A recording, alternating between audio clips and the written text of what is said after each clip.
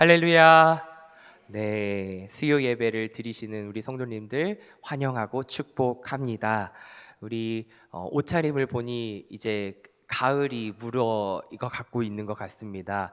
아직 한낮에는 반팔도 입기도 하고 하지만 반팔 위에 항상 겉옷을 걸치지요. 챙겨 가기도 합니다.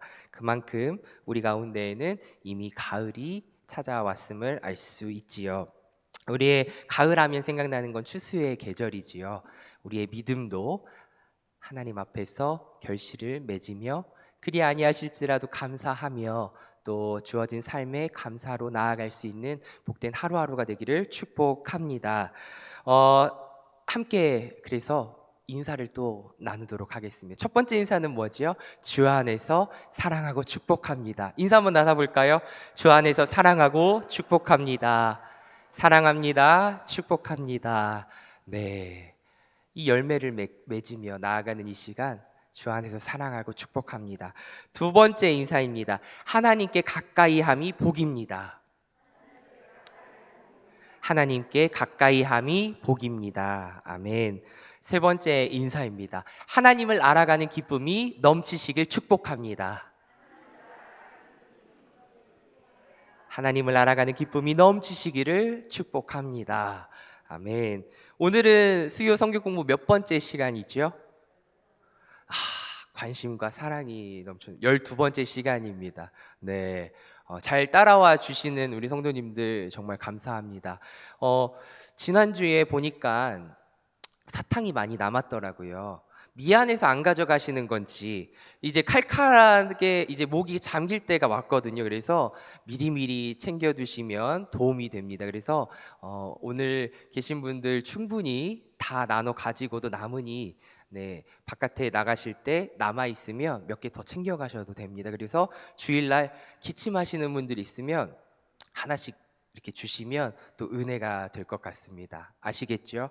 남아 있으면 다음 주에 쓰면 되지 하면서도 조금 마음의 한켠에 아쉬움이 있거든요. 그래서 다 소진되는 게 좋습니다. 그래서 매진될 수 있도록 다 챙겨 가시기를 바랍니다. 성도님들은 최근에 하늘을 바라보신 적 있으신가요? 해와 달과 별들도 보신 적 있으신가요? 이게 안타까운 것은 또 바쁘다는 이유로 현대인들은 우리 삶에 놓치는 것들이 참 많이 있는데 그 중에 하늘을 바라보는 것이라고 생각이 듭니다. 안 바빠서 이런 소리를 한다라고 하는 사람들도 있지만 물론 그럴 수도 있겠지만 우리가 늘 놓치지 말아야 하는 것들이 있는데 그중 하나도 우리의 삶을 되돌아보고 돌볼 줄 알아야 합니다. 남을 위해 헌신하는 이들도 때로는 자기 자신을 돌볼 줄 알아야 합니다. 되돌아볼 줄 알아야 돼요. 그러니까 나 사랑해라고 지난 시간에 했었죠. 네. 나를 진정 사랑할 줄 아는 사람이 남도 사랑할 수 있고 아낄 수 있다는 것이지요. 나만 사랑하면 이기적인 사람이지만 그 이기적인 사람도 때로는 어떤 사람은 그렇게 이야기하더라고요. 자기 자신을 너무나도 사랑하는 이가 이기적인 것처럼 보이지만 때로는 우울증에 걸리기도 한다는 것이에요. 자기 자신을 너무나도 사랑해서, 너무나도 아껴서. 사랑하는 성도 여러분, 우리가 바쁘다는 이유로 내 자신을 못 챙기고 내 건강을 못 챙기고 그저 가족들을 위해서 헌신하고 살아가신다면 한 번쯤 오늘 이 시간은 지난 시간에 이어서 심리학에 대해서 그리고 또 삶에 대해서 이야기를 나눌 때 나를 또 되돌아보면서 주님이 오늘도 우리를 붙드시는 그 은혜, 그 은혜에 감사하며 돌아가실 수 있기를 축복합니다.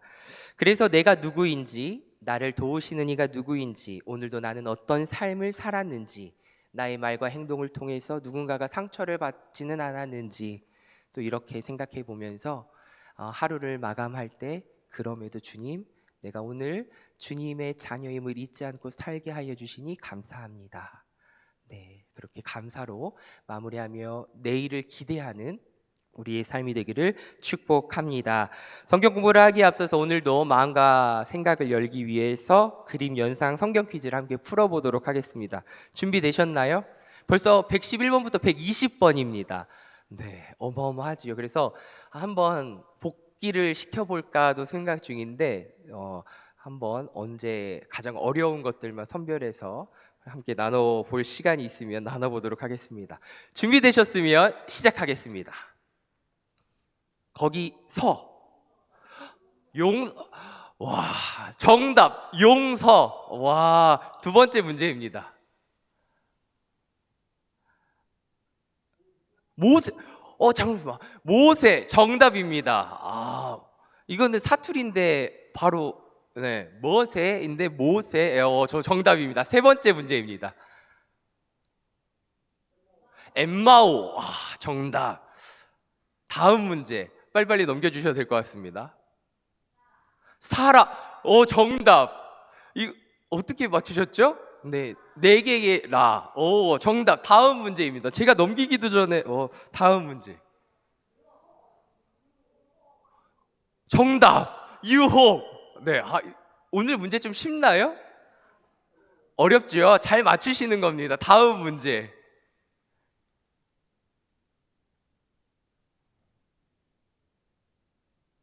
얼마나 남았어? 이거 하나.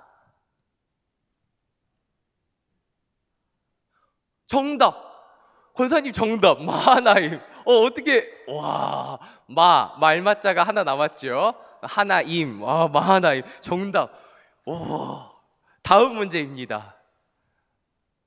우리 애기 드디어 서 있네. 섰어? 에서. 정답. 좋은데요? 다음 문제입니다.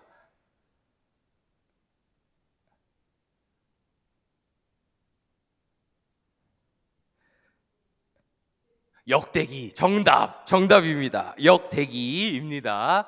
그 앞에 약간 그것 때문에 헷갈리셨죠? 네, 역대기입니다. 다음 문제. 누구일까요? 어머님 오셨네요. 며느리야. 저기 글자를 잘 조합해 보면 어떤 인물일까요?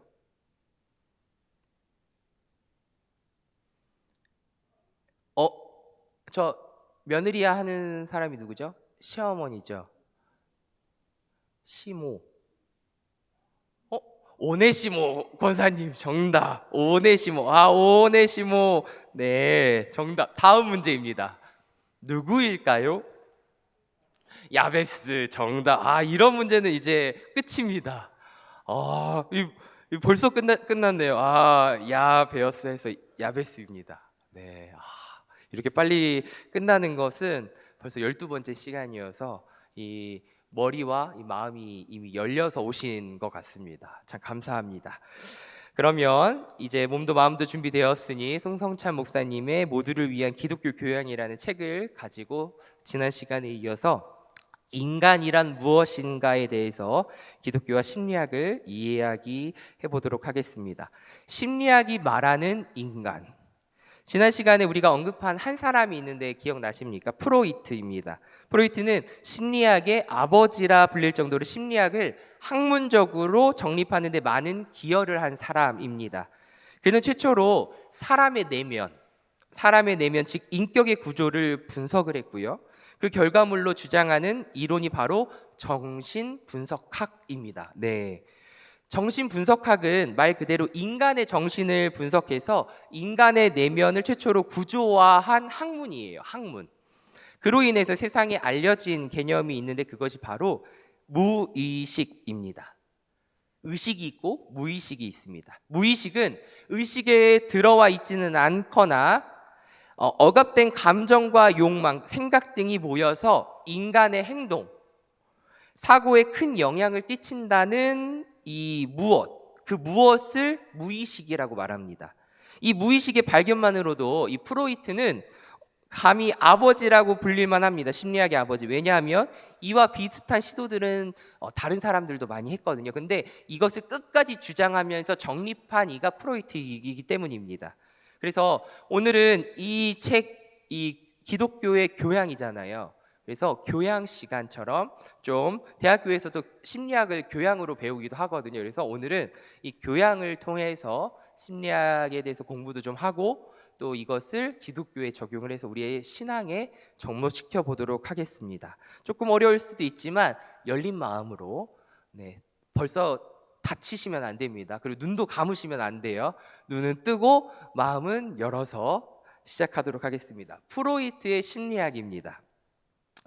프로이트는 인격의 구조를 빙산에 비유했어요. 빙산.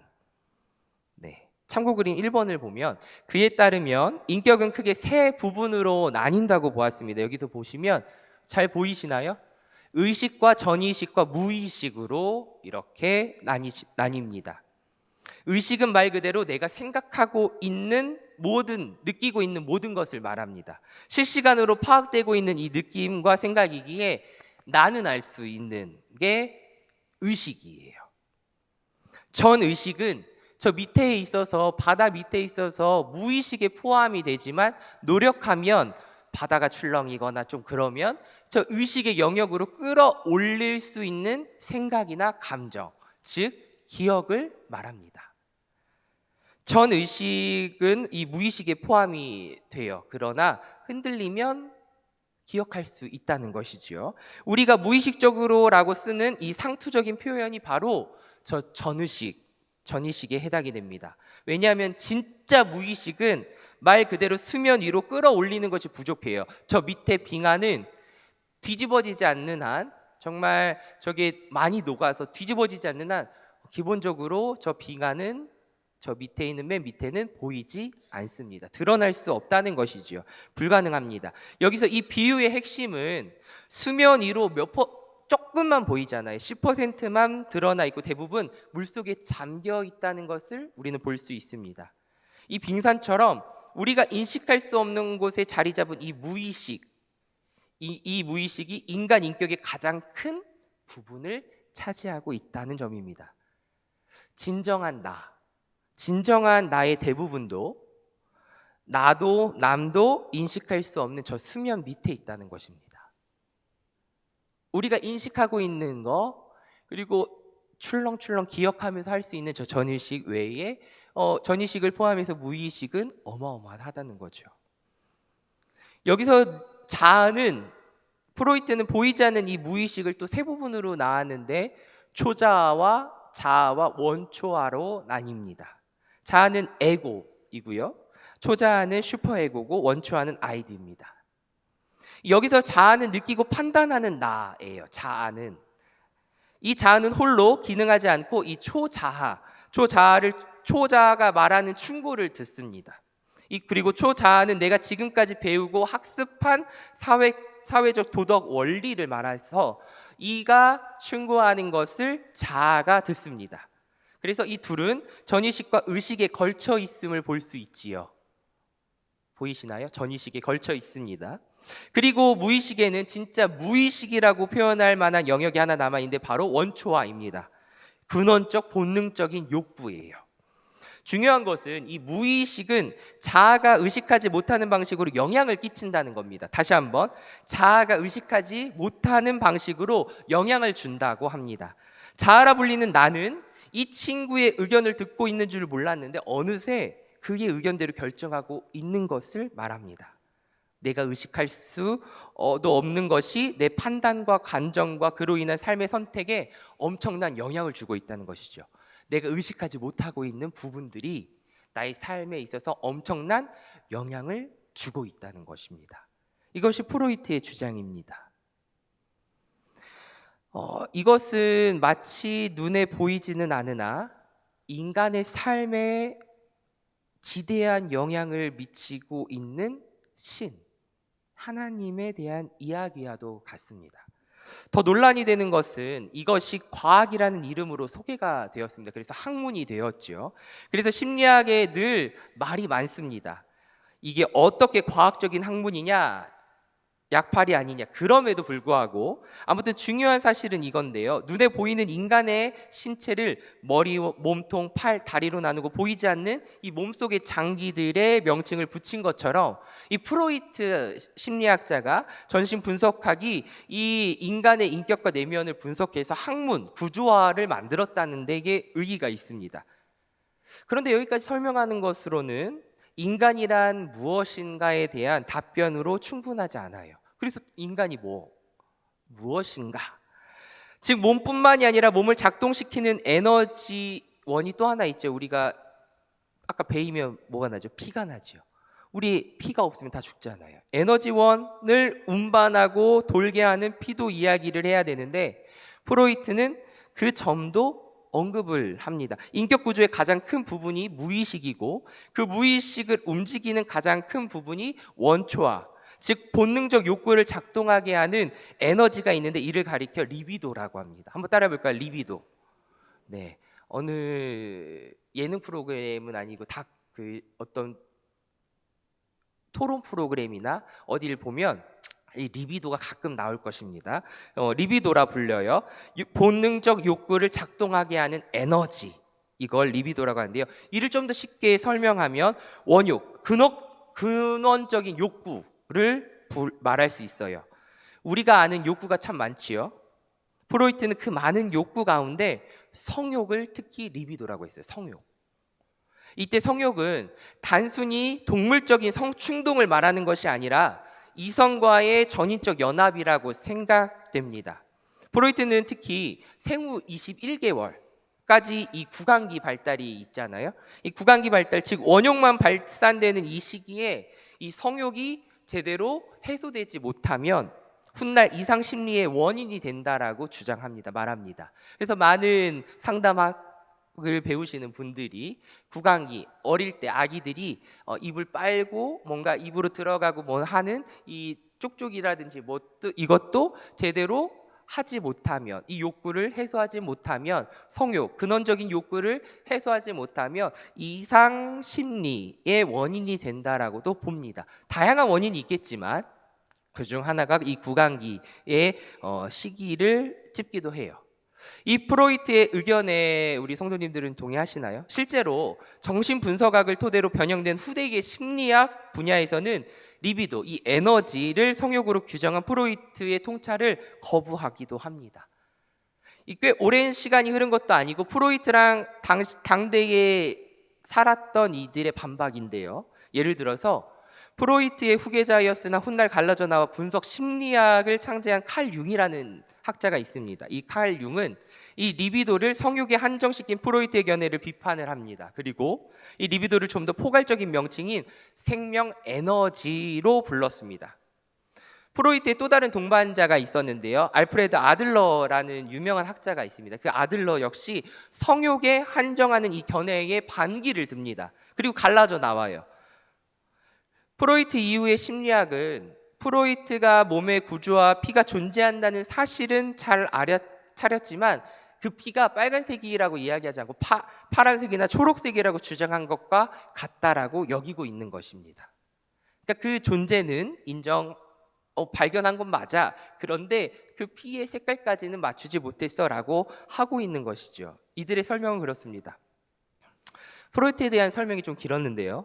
이 아버지의 이야기는 늘 길 수밖에 없지요. 그래서 어찌됐건 이 중요한 부분을 차지하고 있는 이 프로이트를 생각하시면서 그러면 도대체 프로이트가 말하는 인간이란 무엇인가 한마디로 정의하기는 어렵지만 결국 프로이트의 주장에 따르면 인간은 욕망하는 존재라는 것입니다. 뭐라고요? 욕망하는 존재. 여기서 욕망은 동물적인 욕구도 포함됩니다. 그러나 동물의 욕구가 저차원적이고 현실의 감각에 한정되어 있다면 인간의 욕구는 좀 더 고차원적인 판단과 감정을 말합니다. 이 욕망이 제대로 채워지지 못할 때에는 이상심리가 일어나는데 그래서 상담가의 도움으로 그 욕망을 직면하게 하고요. 과거 문제에서 벗어나는 것이 치료이고 나아가 인격의 성숙 과정이라고 말할 수 있습니다. 이를 발달이라고 합니다. 발달 과정입니다. 프로이트 이후에 심리학은 폭발적으로 되게 발전하고 연구되었고 그 결과 수많은 이론들이 갈라져 나옵니다. 매우 다양한 이론이 있기에 우리는 다 설명할 수 없어요. 제가 설명할 수 없습니다. 저도 관심이 있어서 학부 때 심리학 책을 또 보기도 했는데요. 네, 기억나는 것도 있고 기억나지 않는 것도 있고 또 이걸 다 이야기하면 한 학기가 아니라 1년 이상을 함께 나눠야 되는데 저는 교수가 아니기 때문에 그리고 우리는 교양이기 때문에 넘어가도록 하겠습니다. 다 알 필요도 없습니다. 지금 이야기한 것도 다 잊어도 됩니다. 이제 마지막 결론 부분만 잘 기억하시면 됩니다. 다만 내가 그 책에서 저자가 이해한 바에 따르면 두 가지 큰 줄기로 분류하고 요약을 합니다.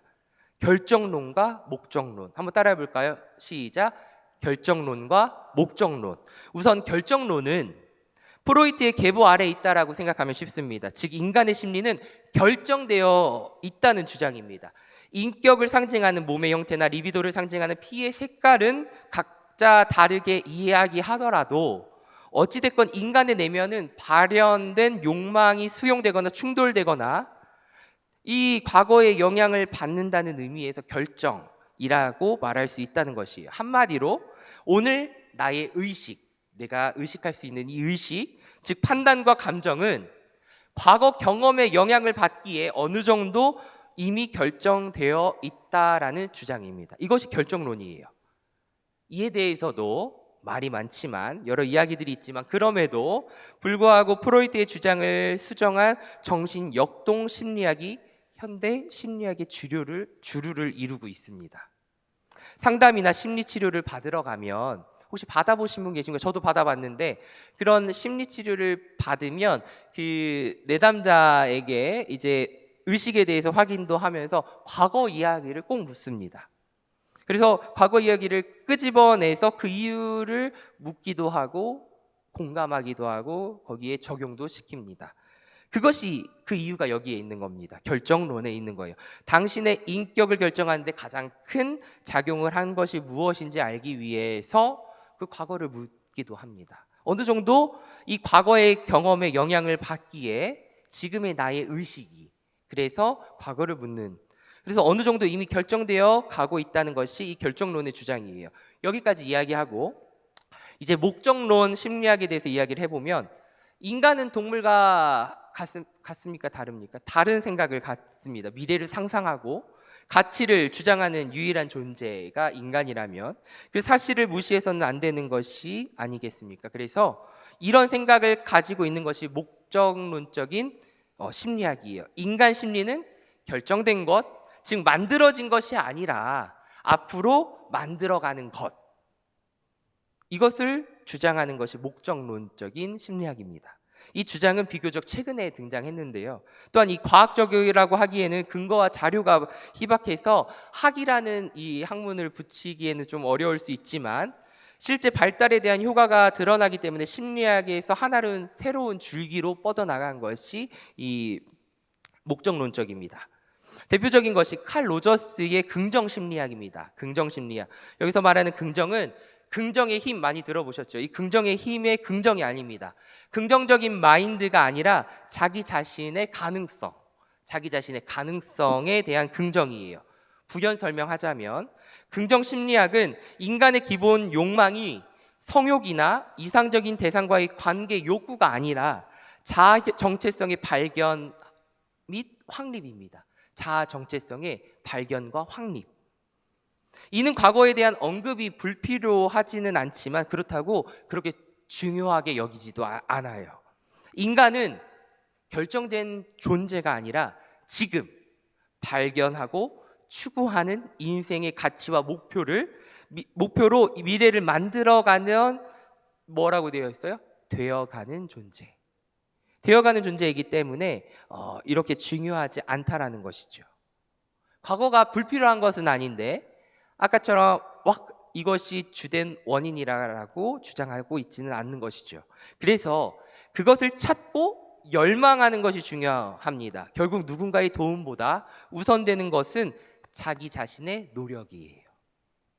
여기서 주장하고 있는 것은 자아 정체성을 찾는 데 멘토, 나에게 도움을 주는 사람이 필요할 수는 있지만 의사나 상담가는 필요 없다는 것이 이들의 주장입니다. 이러한 주장은 사실 우리에게 굉장히 익숙하지요. 이 시대를 살아갈 때에 무수히 수많은 개발서들도 보셨죠.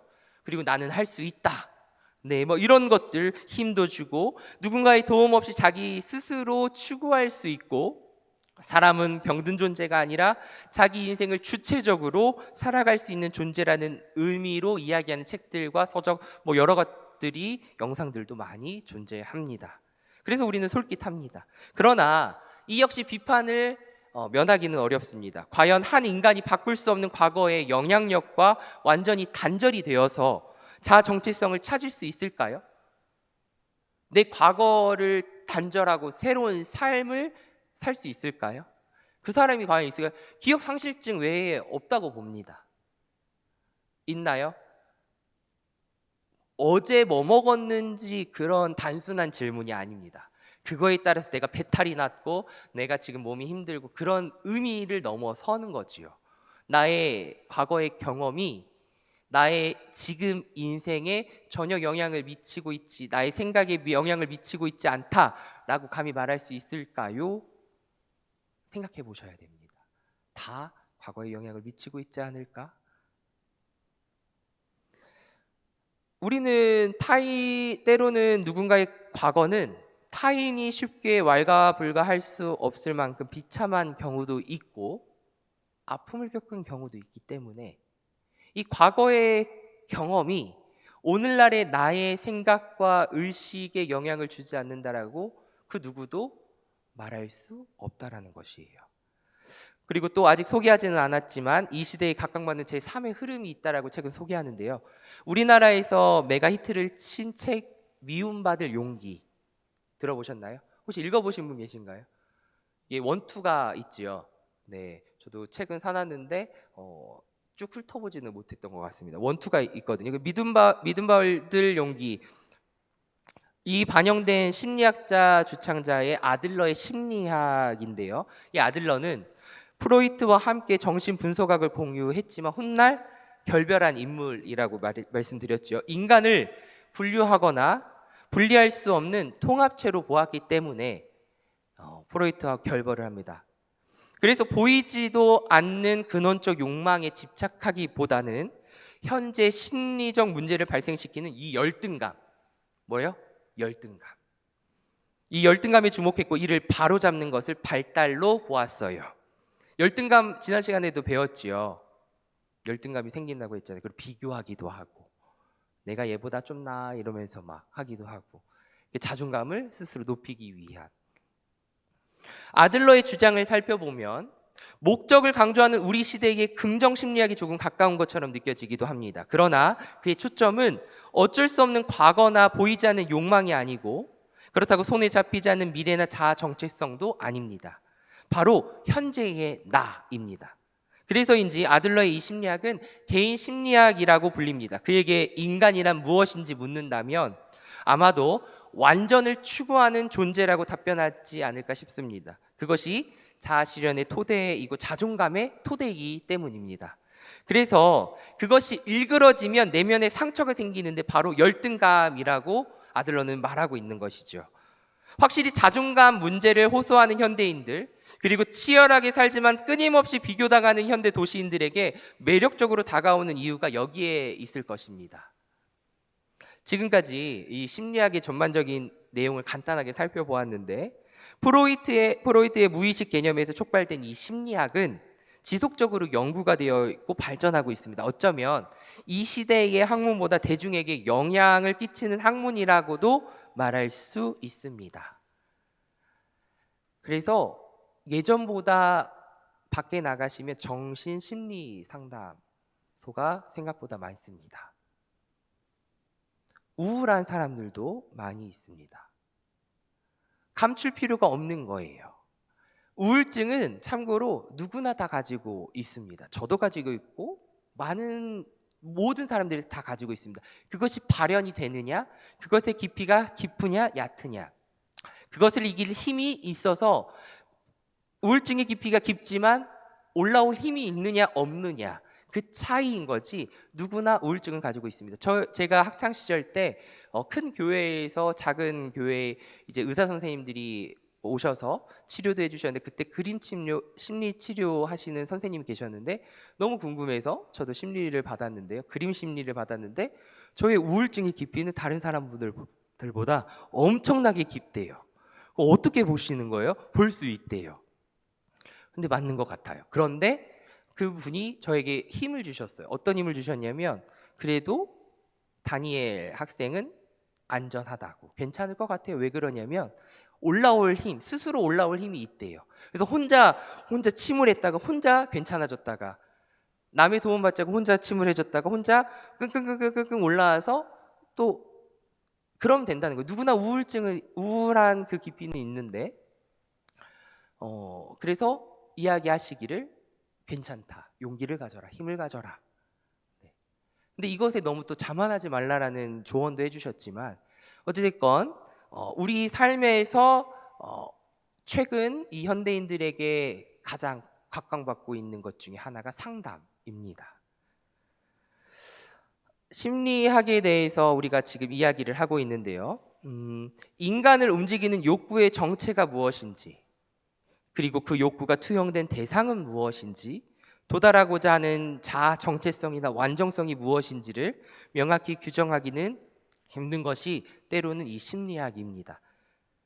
그러나 지금까지 이야기해 본 것들을 정리해 보면 인간에게는 그러한 욕망을 충족시켜 도달하고자 하는 상태가 있는데 그것이 바로 무엇일까요? 뭐예요? 행복. 행복이 누구나 도달하고 싶어 하는 상태라는 것입니다. 저는 이 행복이라는 단어를 들으면 평안이라는 단어가 떠오릅니다. 평안할 때 행복합니다. 평안할 때 기쁨이 있고 이 행복이 찾아오지 않을까 생각합니다. 결론적으로 인간은 행복을 추구하는 존재라고 귀결이 되지요. 그런데 여러 이유로 행복에 이르지 못하는 경우가 많기에 이상 심리를 겪거나 발달이 이루어지지 못하는 것이라고 결론을 생각해 볼 수 있습니다. 자기 자신을 결론 짓는 것이 아니에요. 이 시간은 막 판단해서 내가 의사가 돼가지고 갑자기 내 심리가 지금 어떠한지 막 이렇게 분석하실 필요는 전혀 없습니다. 이제 중요한 테마입니다. 기독교와 심리학이 대화할 때라는 소주제를 가지고 이야기를 정리해보고 나누고자 합니다. 분석학에서 인간이란 늘 성욕의 좌절과 왜곡으로 인해서 정신질환과 불안 아래 살아갈 수밖에 없는데 이를 통제하고 제어하기 위해서 원시 시대부터 발전한 제도 중 하나가 종교라고 여겨졌습니다. 이에 심리학은 부정적으로 바라보지만 심리학의 흐름을 살피다 보면 과학이 원초적으로 풀지 못하는 영원한 숙제와 같은 것을 발견하게 됩니다. 과학이 빅뱅으로 일어난 현상이나 그것이 촉발된 원인에 대해서는 말할 수 있을지는 몰라도 그 최초의 에너지가 왜 존재했는지에 대해 답변할 수 없는 것과 마찬가지입니다. 심리학 역시 인간 안의 부모조차 채울 수 없는 이 이상적 부모의 빈자리나 이상적 자기 모습이 왜 있는지, 그리고 만족할 수 없으면서도 왜 그것을 끝도 없이 열망하는지, 갈망하는지, 이거에 대해서 과학은 답하지 못한다는 것이죠. 그저 그것을 분석하거나 나아가는 방향을 제시하는 데 그칩니다. 게다가 재미있게도 신과 종교를 터부시하는 이 심리학의 분석이나 제시를 유심히 살펴보다 보면 도리어 성경이 말하는 인간상을 증명하는 증거로 느껴지기도 합니다. 그거에 대해서 살펴보고 전 시간과 그것을 토탈적으로 생각해 보면서 어떤 점이 그러한지 살펴보겠습니다. 일찍이 프로이트는 이 성을 인간의 욕구, 리비도로 규정하였죠. 여기서 거듭 말하지만 이때의 성은 단순히 동물적인 욕구를 말하는 성욕이 아니라 이성의 부모를 대상으로 하는 유대의 욕망이에요. 유대 관계의 욕망. 한 발 더 나아가서 정신 역동 심리학에서는 이 대상 관계 이론을 통해서 대상과의 관계 이론을 통해서 그 원욕 리비도의 이 성이 아닌 이상적인 대상과의 관계로 보았어요. 근데 결국 그 대상이 부모라는 점에서 프로이트하고는 별반 다르지는 않아요.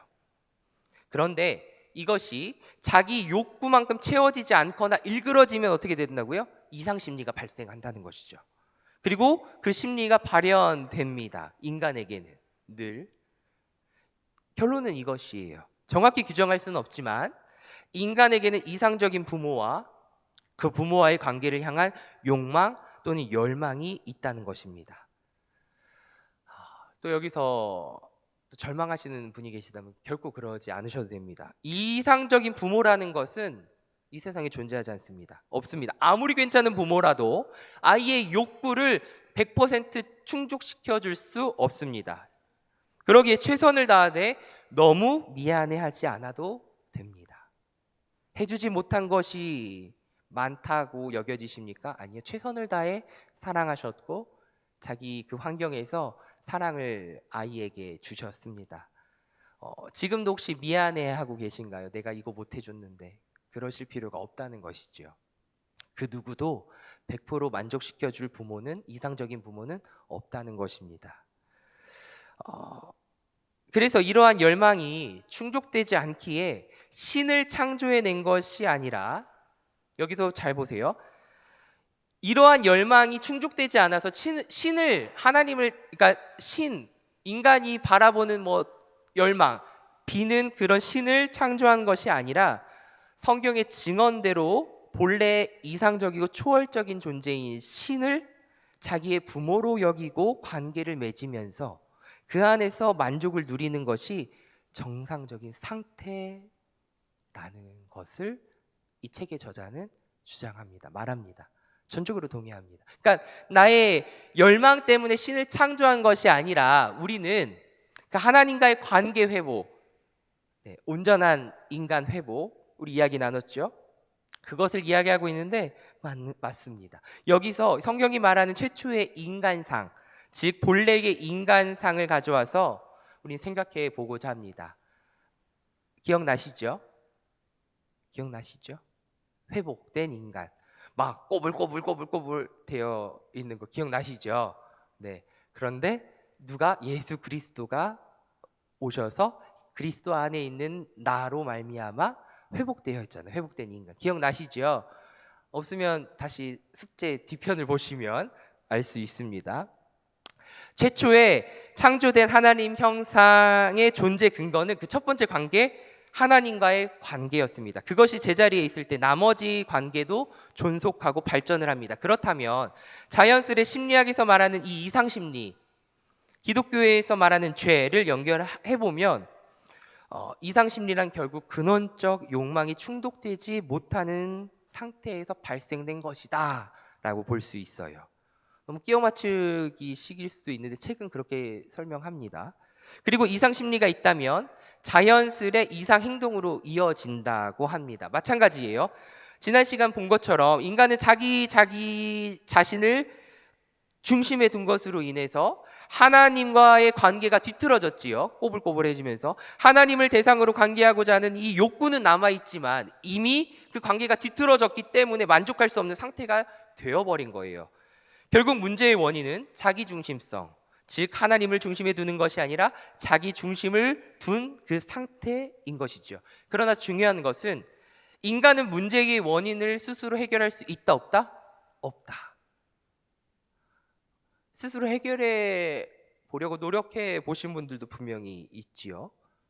근데 책은 더 나아가서 해결할 의지도 없다라고 말합니다.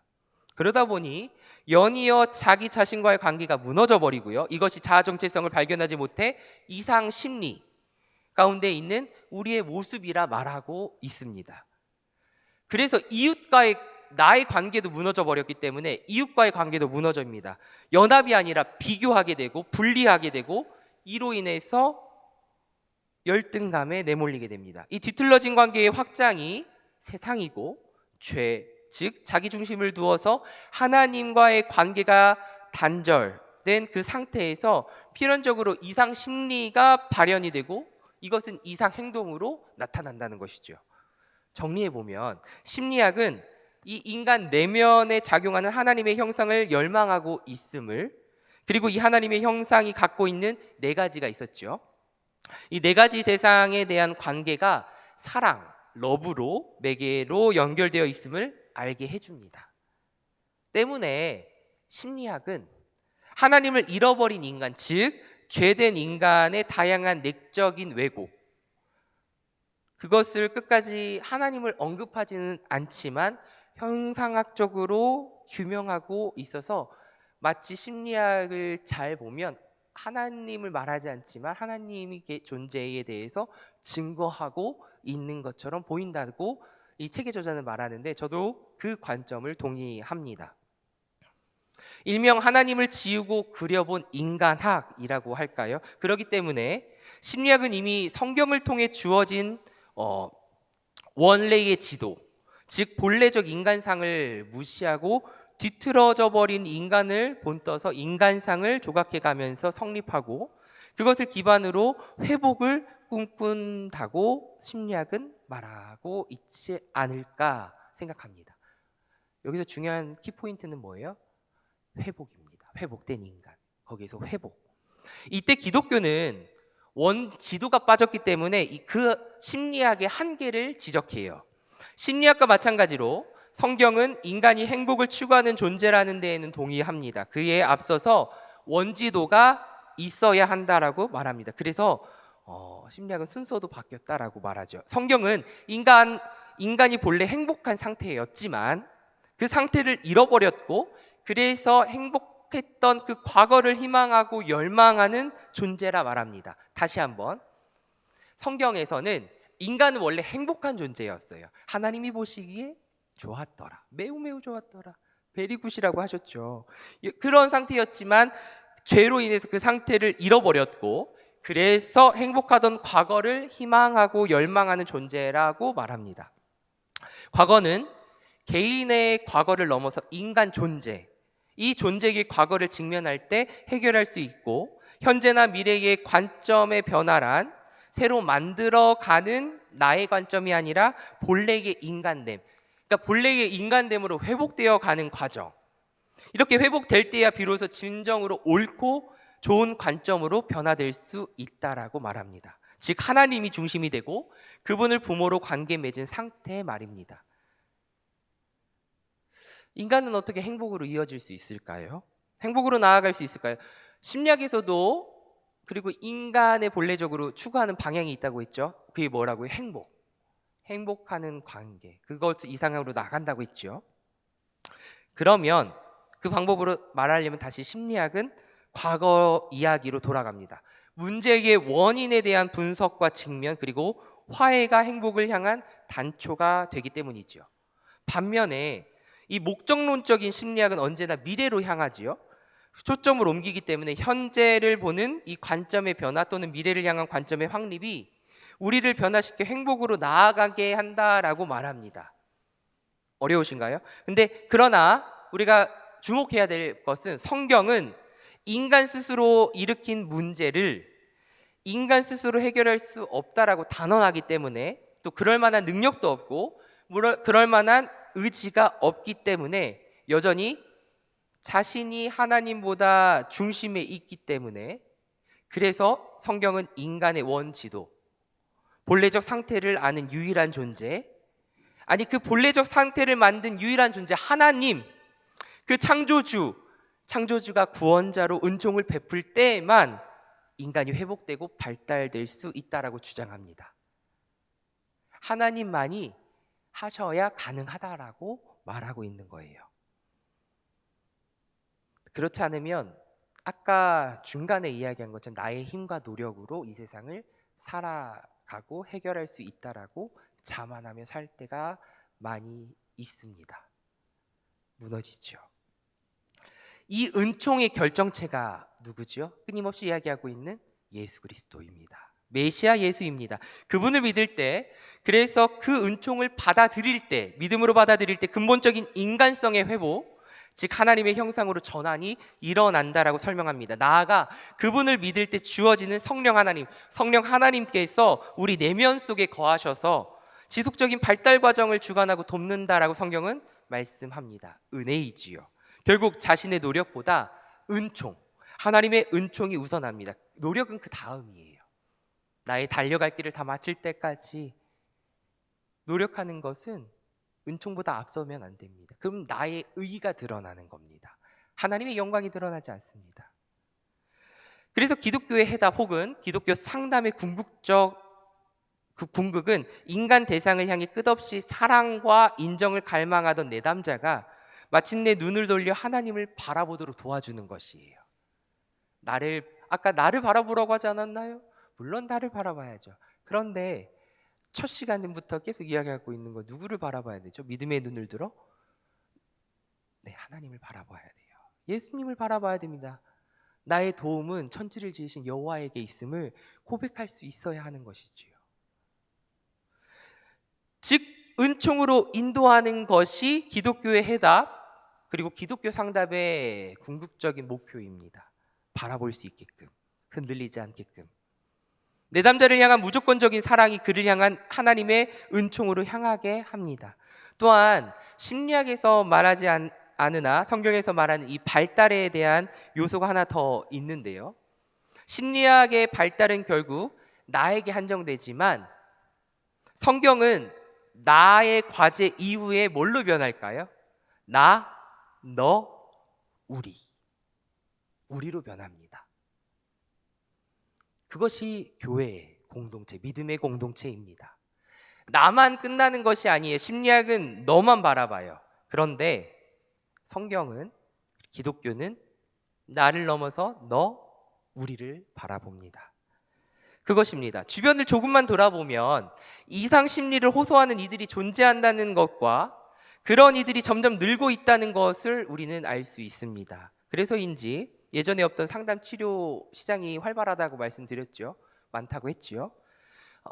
꼭 마음이 아픈 사람이 늘어나서 나는 아니야라고 생각하시는 분이 혹시 여기 계시다면 착각입니다. 누구나 아파요. 그것을 드러내지 않는 것뿐입니다. 교회는 그럼 뭘 해야 할까요? 서로를 위해 정죄하고 너 왜 그래? 너 왜 이상 심리를 이상 발달 행동을 해? 그렇게 남을 판단해야 할까요? 그렇지 않습니다. 하나님이 우리 믿음의 공동체를 이 가운데에 세워주시고 한 자리에 모여서 말씀을 듣고 예배하고 기도하게끔 하시는 이 이유가 무엇일까요? 서로 정죄하고 비판하는 걸까요? 멀리하는 걸까요? 나는 괜찮고 너는 이상해. 아니지요. 근데 잘 알고 있는데 우리의 눈과 귀와 생각은 이 믿음과 조금 멀어질 때가 많이 있어요. 늘 조심해야 합니다. 몸이 좀 불편한 이들, 교회에 왔을 때 나의 행동은 어떻게 하는지, 저 역시 이 말씀에 겸손해지고 두렵습니다. 나의 자칫 이 행동으로 누군가에게 상처를 주진 않았을까? 우리라는 것을 기억하시고 그것이 교회 공동체입니다. 마음으로도 아픈 이들이 우리 가운데 너무나도 많고요. 그래서 서로를 위해 기도해 줘야 할 대상이 많습니다. 우리 구역장님들만 기도하는 것이 아니라요. 구역원들 서로 기도해 줘야 합니다. 그것이 믿음의 공동체지요.